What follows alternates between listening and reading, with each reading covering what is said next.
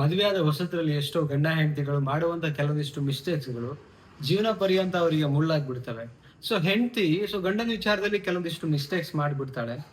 So ಏನೆಲ್ಲ mistakes ಮಾಡ್ತಾಳೆ and ಏನೆಲ್ಲ ಪ್ರಾಬ್ಲಮ್ಸ್ ಆಗತ್ತೆ ಅದರಿಂದ ನೋಡೋಣ ಇವತ್ತಿನ ವಿಡಿಯೋದಲ್ಲಿ. ಫಸ್ಟ್ ಟೈಮ್ ನಮ್ಮ ಚಾನಲ್ ನೋಡ್ತಾ ಇದ್ರೆ ಸಬ್ಸ್ಕ್ರೈಬ್ ಮಾಡಿ, ಸಪೋರ್ಟ್ ಮಾಡಿ. ಆ್ಯಂಡ್ ಕೌನ್ಸಿಲಿಂಗ್ ಬೇಕು ಅಂತ ನಿಮಗೆ ಅನ್ಸಿದ್ರೆ ಸ್ಕ್ರೀನ್ ಮೇಲೆ ನಂಬರ್ ಹಾಕಿರ್ತೀನಿ, ಕಾಂಟ್ಯಾಕ್ಟ್ ಮಾಡಿ. ಬಟ್ ಫೀಸ್ ಇರುತ್ತೆ, ಫ್ರೀ ಇರಲ್ಲ. ಓಕೆ, ವಿಡಿಯೋ ಕೊನೆ ತನಕ ನೋಡಿ. ನಿಮಗೆ ಒಂದು 5ರಿಂದ 6 ಶಾರ್ಟ್ ಆಗಿ ಪಾಯಿಂಟ್ಸ್ಗಳನ್ನ ಶೇರ್ ಮಾಡ್ತಾ ಹೋಗ್ತೀನಿ. ನೋಡಿ, ಒಂದು ಮದುವೆ ಅಂತ ಆದಮೇಲೆ ಹೆಂಡತಿ ಗಂಡನ ವಿಚಾರದಲ್ಲಿ ಮೊದಲನೇ ಮಿಸ್ಟೇಕ್ಸ್ ಏನ್ ಮಾಡ್ತಾಳೆ ಅಂತ ಹೇಳಿದ್ರೆ, ಮಾತಾಡದೆ ಮನಸ್ಸಲ್ಲಿ ಇಟ್ಕೊಳ್ಳೋ ಅಂತ ಕೆಲಸ ಮಾಡ್ತಾಳೆ. ಎಕ್ಸಾಂಪಲ್, ಸಮಸ್ಯೆ ಇರುತ್ತೆ ಅನ್ಕೊಳ್ಳಿ, ಏನೋ ಗಂಡ ಸಣ್ಣ ಕೂಡ ತಪ್ಪು ಮಾಡ್ತಿರ್ತಾರೆ. ಆ ಟೈಮಲ್ಲಿ ತಪ್ಪು ಮಾಡಿದಾಗ ಕೂರಿಸ್ಬಿಟ್ಟು ಪ್ರೀತಿಯಿಂದ ಶಾಂತಿಯಿಂದ ಹೇಳಿ ಅದನ್ನ ತಿದ್ಕೋತಾನೆ ಬಿಡು ಅಂದ್ಬಿಟ್ಟು ನಿಮ್ಮ ಪಾಡಿಗೆ ನೀವಿದ್ರೆ ಅವ್ರಿಗೆ ಹೆಂಗ್ ಗೊತ್ತಾಗತ್ತೆ? ತಪ್ಪು ಮಾಡೋದು ಸಹಜ. ಒಂದು ರಿಲೇಶನ್ಶಿಪ್ ಅಲ್ಲಿ ಹೆಣ್ಣು ತಪ್ಪು ಮಾಡ್ತಾಳೆ, ಗಂಡನೂ ತಪ್ಪು ಮಾಡ್ತಾಳೆ. ಈ ವಿಡಿಯೋದಲ್ಲಿ ಹೆಂಡತಿ ಗಂಡನ ವಿಚಾರದಲ್ಲಿ ಎಲ್ಲಿ ತಪ್ಪು ಮಾಡ್ತಾನೆ, ನೆಕ್ಸ್ಟ್ ವಿಡಿಯೋದಲ್ಲಿ ಗಂಡ ಹೆಂಡತಿ ವಿಚಾರದಲ್ಲಿ ಎಲ್ಲಿ ತಪ್ಪು ಮಾಡ್ತಾನೆ. ಎರಡೂ ರಿಲೇಟೆಡ್ ವಿಡಿಯೋ ಮಾಡ್ತೀನಿ, ಯಾರೋ ಒಬ್ಬರ ಪರ ಮಾತಾಡ್ತಿಲ್ಲ, ತಪ್ಪು ತಿಳ್ಕೊಬೇಡಿ. ಓಕೆ, ನೋಡಿ, ಶುರುವಾತಲ್ಲಿ ಒಂದು ತಪ್ಪು ಅಂತ ಆದಾಗ ಗಂಡ ಇರ್ಲಿ ಅಥವಾ ಹೆಂಡತಿಯಲ್ಲಿ ಮಾತಾಡ್ಬೇಕು, ಕೂರ್ಸ್ಕೊಬಿಟ್ಟು ಇದ್ ಮಾಡ್ಬೇಡ, ಇದ್ ಮಾಡಿದ್ರೆ ಹಿಂಗಾಗತ್ತೆ ಅಂತೇಳಿ. ಅದನ್ನ ಯಾಕಂದ್ರೆ ಲವ್ ಮಾಡ್ಬೇಕಾದ್ರೆ ಅಥವಾ ಒಂದು ಎಂಗೇಜ್ಮೆಂಟ್ ಆಗಿ ಮಾತುಕತೆ ಶುರು ಮಾಡಿದ್ಮೇಲೆ ಅದನ್ನ ಕ್ಲಿಯರ್ ಆಗಿ ಹೇಳ್ತಾ ಬರ್ಬೇಕು. ಅದನ್ನ ನಾಳೆ ತಿದ್ಕೋತಾರೆ, ನಾಳೆ ತಿದ್ಕೋಬಿಟ್ಟು ಬೇಡ, ಅದನ್ನ ಹಠ ಹಿಡಿಲ್ಲ, ಈ ಬದಲಾವಣೆಗಳು ಬರ್ಲಿ ನಿಮ್ಮಲ್ಲಿ ಅಂತ. ಬಿಕಾಸ್ ಒಳ್ಳೇದಕ್ಕೆ ಹೇಳ್ತೀರಿ, ಸಂಸಾರ ಸರಿ ಹೋಗ್ಲಿಕ್ಕೆ ಹೇಳ್ತೀರಿ, ಕರೆಕ್ಟ್. ನೀವು ಹಾಳಾಗ್ಬೇಕಂತ ಗಂಡನೂ ಇರಲ್ಲ, ಹೆಂಡತಿನೂ ಇರಲ್ಲ. ಸೊ ಅದನ್ನ ಹಠ ಹಿಡಿದು ಕೂತ್ಕೊಳ್ಳಿ. ಯಾವಾಗಲೇ ಶುರುವಾತಲ್ಲಿ ಇರ್ತಿದ್ದು, ಆಮೇಲೆ ಎಲ್ಲ ಮುಗಿದ ಮೇಲೆ ನೀವು ಮಾಡಕ್ ಹೋದ್ರೆ ಏನೂ ಬಗ್ಗಲ್ಲ. ಫಸ್ಟ್ ಪಾಯಿಂಟ್, ನಿಮಗೂ ಎಕ್ಸ್ಪೀರಿಯನ್ಸ್ ಆಗಿದ್ರೆ ಕಮೆಂಟ್ ಸೆಕ್ಷನ್ ಅಲ್ಲಿ ಕಮೆಂಟ್ ಮಾಡಿ. ಸೆಕೆಂಡ್ ಪಾಯಿಂಟ್ ಏನಂದ್ರೆ, ಬೇರೆಯವರ ಮಾತು ಕೇಳೋ ಅಂಥದ್ದು ಗಂಡನ ವಿಚಾರದಲ್ಲಿ. ಯಾರೋ ಗಂಡನಿಗೆ ಕೊಡ್ತಿದ್ದಾರೆ, ಲೈಕ್ ಗಂಡನ ವಿಚಾರದಲ್ಲಿ ನಿಮಗೆ ಯಾರೋ ಬೇರೆಯವ್ರು ಹೇಳ್ಕೊಡ್ತಿದ್ದಾರೆ, ಅಕ್ಕಪಕ್ಕದ ಮನೆಯವರು, ಯಾರೋ ಈ ಗಂಡ ಸರಿ ಇಲ್ಲ, ಹೊರಗಡೆ ಆಚೆ ಸವಾಸ ಮಾಡಿದ್ದಾನೆ, ಇನ್ನೊಂದು ಮತ್ತದ್ದು ಅಂತ ಕೆಟ್ಟದಾಗ ಮಾತಾಡಿದ್ರೆ ನೆಗೆಟಿವ್ ಮಾಡ್ಲಿಕ್ಕೆ ನಿಮ್ಮ ಸಂಸಾರದಲ್ಲಿ ಹುಳಿ ಉಣ್ಲಿಕ್ಕೆ ಬರ್ತಾ ಇರ್ಬೋದು. ನೀವು ಕ್ರಾಶ್ ವೆರಿಫೈ ಮಾಡ್ಕೊಳ್ಳಿ. ಗಂಡನ ಬಗ್ಗೆ ಸರಿ ಇದ್ದಾರಲ್ಲಿ ನೀವೇ ಚೆಕ್ ಮಾಡಿ. ಇನ್ನೊಬ್ರು ಮಾತು ಕೇಳ್ಕೊಂಡು ನಿಮ್ ಗಂಡನ ಕೆಟ್ಟವನಾಗಿ ನೀವು ನೋಡಕ್ ಹೋಗ್ಬೇಡಿ. ಈಗ ಎಷ್ಟೋ ನಾನು ಕೌನ್ಸಿಲಿಂಗ್ ಅಲ್ಲಿ ನಾನು ಆಕ್ಚುಲಿ ಇದ್ರ ಬಗ್ಗೆ ನಾನು ತುಂಬಾ ಡಿಸ್ಕಷನ್ ಮಾಡಿದ್ವಿ. ನೀವೀಗ ಗಂಡ ಸರಿ ಇಲ್ಲ ಅಂತ ಅನ್ಸಿದ್ರೆ ಗಂಡನ ನೀವು ಅಬ್ಸರ್ವೇಷನ್ ಮಾಡಿ, ಕ್ರಾಶ್ ವೆರಿಫೈ ಮಾಡಿ. ಆದ್ರೆ ಇನ್ಯಾರೋ ಮೂರನೇ ವ್ಯಕ್ತಿ ಮಾತು ಕಟ್ಕೊಂಡು ನಿಮ್ಮ ಸಂಸಾರದಲ್ಲಿ ಚೆನ್ನಾಗೇ ಇರ್ತಾನೆ ಗಂಡ, ಸಂದರ್ಭಕ್ಕೆ ಅನುಗುಣವಾಗಿ ಏನೋ ಒಂದು ಆತರ ನಿಮ್ಗೆ ಅನ್ಸಿರ್ಲೂಬಹುದು, ನಿಮಗೆ ನೆಗೆಟಿವ್, ಇನ್ನೊಬ್ರು ಮಾತು ಕೇಳಿ ನೆಗೆಟಿವ್ ಬಂದಿರಬಹುದು. ಬಟ್ ಮಾತು ಕೇಳಬೇಡಿ, ನೀವು ಖುದ್ದಾಗಿ ಅದನ್ನ ನೋಡಿ ಎಷ್ಟು ಎಕ್ಸಾಕ್ಟ್ಲಿ ಅನ್ಸಿದ್ರೆ ಮಾತ್ರ ಅದನ್ನ ನೀವು ಬಿಲೀವ್ ಮಾಡಿ ಅವ್ರ ಹತ್ರ ಕೇಳಿ ಕ್ಲಿಯರ್ ಮಾಡ್ಕೊಳ್ಳಿ. ನೆಕ್ಸ್ಟ್ ಬಂದು ಏನಂತ ಹೇಳಿದ್ರೆ, ಹೆಚ್ಚು ಅನುಮಾನ ಪಡೋದು.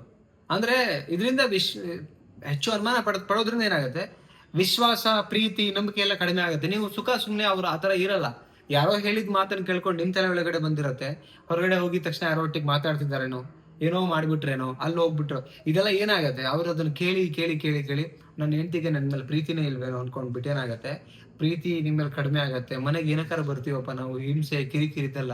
ಸೊ ಇದೆಲ್ಲ ಸ್ಟಾರ್ಟ್ ಆಗತ್ತೆ. ಕೆಲವು ಫ್ಯಾಮಿಲಿಗಳು ಇದು ನಡೀತಾ ಇದೆ.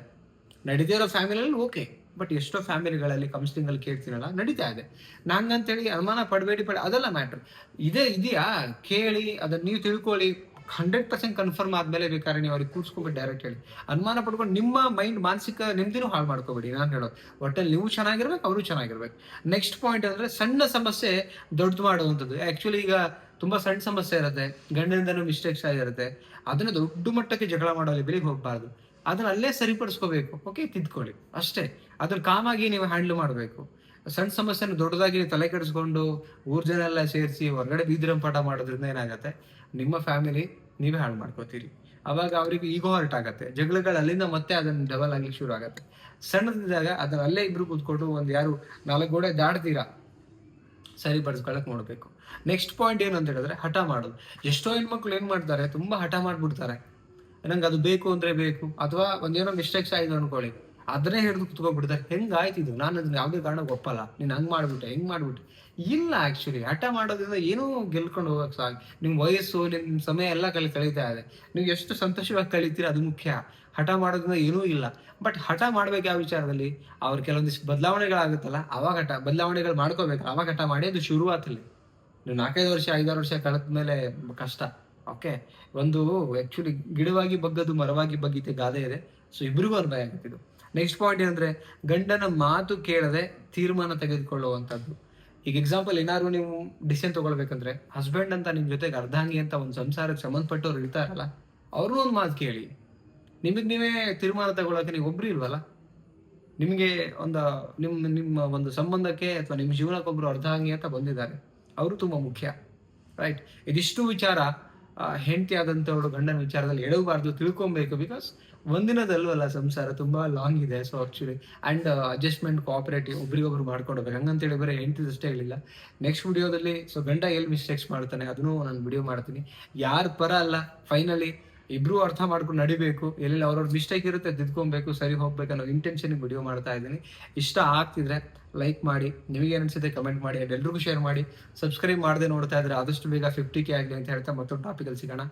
ನಮಸ್ತೆ.